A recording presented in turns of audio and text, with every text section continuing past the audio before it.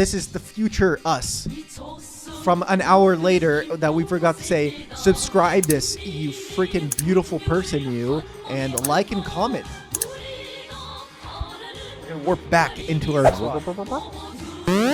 All right, well, as most of you know already, we're kind of reporting on this fairly late, but, better late than never, and also more information has come out. Yeah. Iran has personally said, or from what I understand, they have claimed that everybody that was on the helicopter has died, which includes the former president of Iran. Was it Raisi? Yeah, Raisi. Raisi. God, that's a... I have everybody's names here, so bear with us. We're going to do our best to...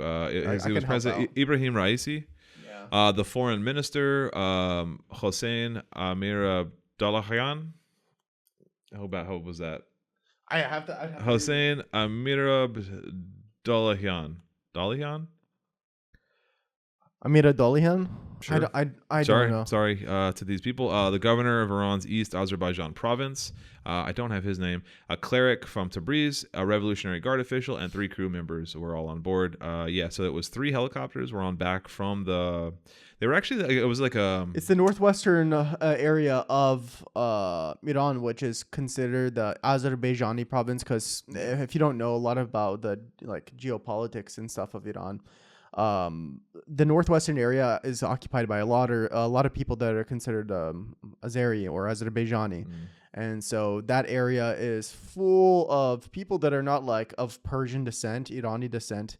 And so I think they went up there to do the opening of a dam. It was a dam. It was like a ceremonial christening of a dam. It was just like one of those things presidents do, like a PR kind of thing. He was going up there to christen, do a ceremony for a dam, and then if they flew back via helicopter, and I guess there were 3 helicopters in the convoy, but the one went missing on Sunday morning, and because of some the terrain itself, the fog, there were some weather issues. They were having a really hard time finding it, and then ultimately on Monday they did find the helicopter. On Monday, everyone on board obviously dead. And that's where they're at now. And so originally on Sunday, there was a lot of reports because of what I had kind of alluded to at the top of the show, was that Israel, I guess, had reported, some news outlet from Israel had reported that the president of Iran was dead before the helicopter had even been found. So people were speculating that, they must have That's shot why it I was down. very hesitant. Yeah, they must have shot it down or whatever. There's to be fair, there's no evidence of Israel having anything to do with it whatsoever. But listen. But here's the thing. Damn, if that's not fucking suspicious ass timing. It's just more... Holy it's like a shit. Boeing whistleblower thing. Iran strikes Israel, and then all of a sudden the president of Iran's the very helicopter, first thing I thought of was they shot it down. Yeah. That's what I thought. When I heard that the helicopter went down, I'm like, oh God, that's that Israel shot it down. Yeah. There's no evidence of that. And in fact, apparently their helicopters are very old because there has been an embargo against from U.S. So they've got some old ass helicopters. They're using hella 80s. old. In fact, one of the his name is Zarif, Mohammed Javad Zarif. He's the Iranian foreign minister. He said specifically, quote, "One of the main culprits of yesterday's tragedy is the United States, which embargoed the sale of aircraft and aviation parts to Iran and does not allow the people of Iran to enjoy good aviation faculties," Zarif told the Associated Press. And this is from an AP article from the 20th. And he's kind of got a point there.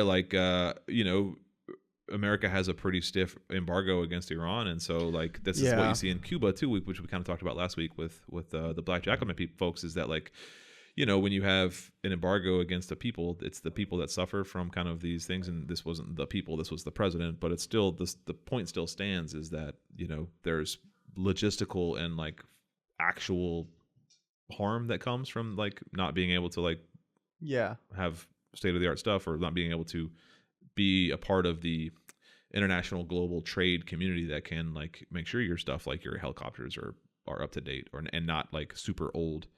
They were all 35 years old, I think, or 25 years old maybe. I think they're from the 80s.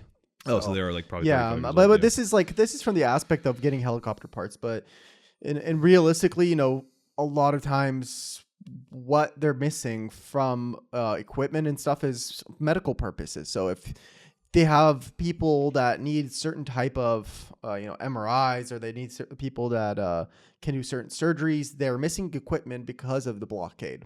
But that's a whole separate henceforth, conversation. let's not get too deep into the blockade. Sure. One thing that they were saying was it was quite foggy.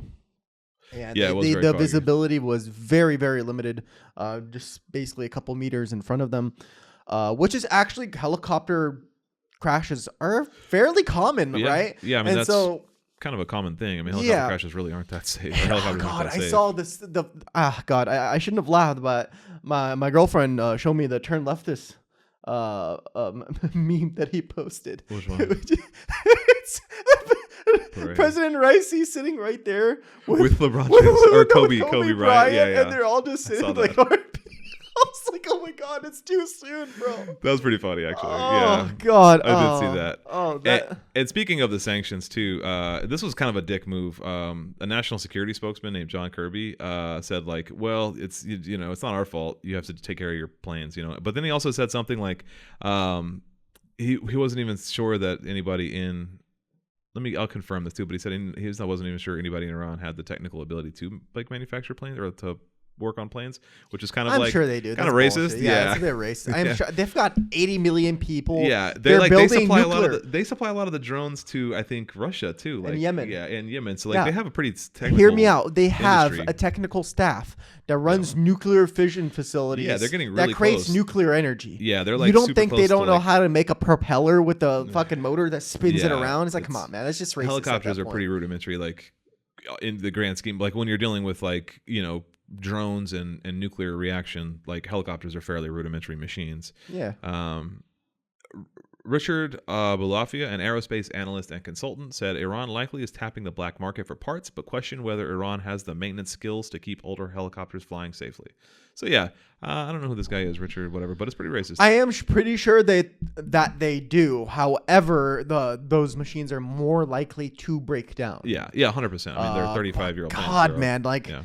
if this I did want to say one thing is like there is still, and this is just, put my tinfoil hat on. Put it on. Keep it tight. What's that? It's the conspiracy pigeon. What is it? Come in, pigeon. We should make one. We should have one and like actually have it as a prop. Yes. That's like okay. Yes. Bucket list. Yes. Going on the list of things. Oh we my need. God, tinfoil hat episode. Yeah. Just like no. So my thought process is even if they said that this has nothing to do with Israel, this was just an accident. I feel that if Israel did do this, they'd also say it wasn't them to not further problems right now, because basically that'd be calling for World War, assassinating their president. Yeah. That would be like if. So they're biting the bullet and saying like we're just not going to go out to all out war. Yeah. Iran would absolutely. I mean, that's like striking a missile striking a missile strike at an embassy in another country. A little like hitting some missiles back and forth is kind of like small ball relatively when it comes to like geopolitical like war, but like assassinating a president, that's an escalation. That's just war. It's out. Like Iran would have absolutely no choice but to like fucking invade Israel. And so I don't know. I don't think. I mean, so this is kind of like where I would agree with you and kind of put on the tinfoil hat is like if anything comes from this, such as like Iran finding any evidence or manufacturing any evidence, because there's nothing stopping them from just saying, yeah, Israel did it and using it as provocation and just like justification for war if they want war. Because we didn't talk about it. The supreme leader, the Ayatollah, kind of just like he handpicked the vice president, and now the relatively obscure vice president is now the new president of Iran. And so it's going to basically be kind of like the supreme leader, the Ayatollah Khomeini. He's going to be in charge. I mean, he's always in charge, but now it's like his country again, and he's only there's only been 2 supreme leaders since the '79 revolution, because it's like they're in power until they die, and he's very old. Also, it's really confusing when you have the Ayatollah Khomeini and then you have a Khomeini right now. Yeah, because the first one was KHO. Right, and this is Khomeini with which is HO. I'll pull it up right here. KHAM. Oh, okay. So it's almost the same name, and it's just they're not related though, right? They're 2 different people. I have no clue. Yeah. I'm guessing they're not related. I don't think they're related, but they are the only 2 supreme leaders since '79. They both just served really long in the position. He's like 85. He's very old, and actually, I was reading a little bit about that because I was curious, like, well, what happens when he dies if there's like a weak president that nobody knows? The foreign minister's dead. The president was like a really popular kind of hardliner. and then the supreme leader dies, kind of what's going to happen to Iran? Like, Well, would there be like a coup? Would America there's a use that? chance. Would America There's use that a as a chance chance that there to could step be in? a coup, but there's also it's also problematic because if he does die, a lot of thought process that they had was I was either going to be Raisi to that. He apparently the president was being groomed for the supreme leader, or it would be or he would be his son, the son of the Ayatollah. But then that's the whole problem with that is like that's why they kicked out like the Pahlavi family and the Shah. Yeah, you know, that's exactly what I was going to say. Yeah, is they're not super down with that dynastic kind of aspect. Yeah, so they wanted it to be like an outside pick, and that was going to be Raisi. So like, I have this thought process like that.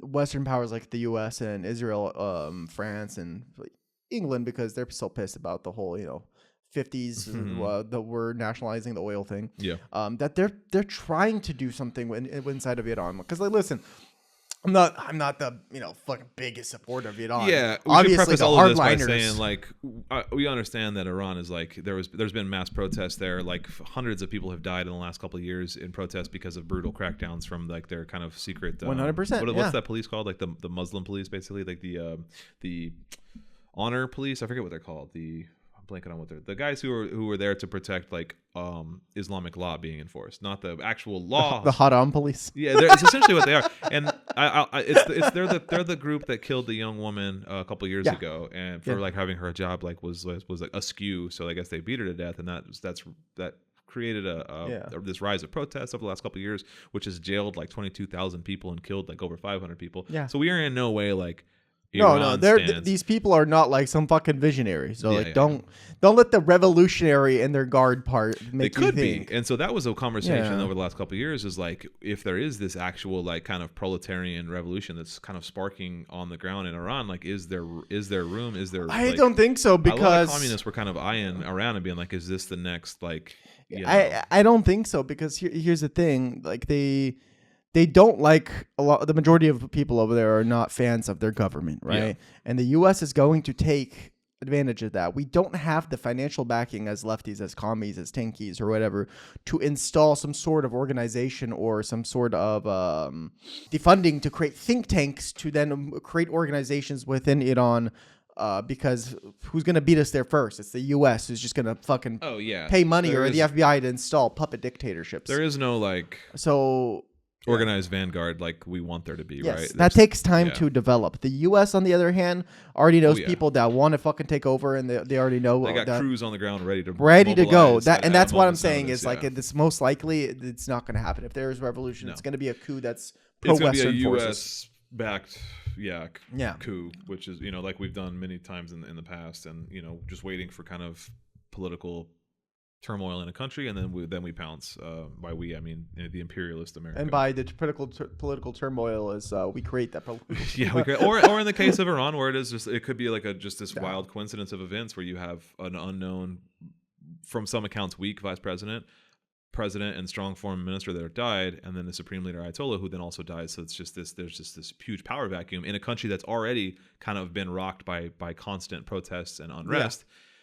That's a really good recipe. The U.S. is just like have you seen that meme where it's like the black dude in the yellow suit behind a tree meme? That's the U.S. looking at Iran right now, and like, what can they do? What can they get their little hands in the pot?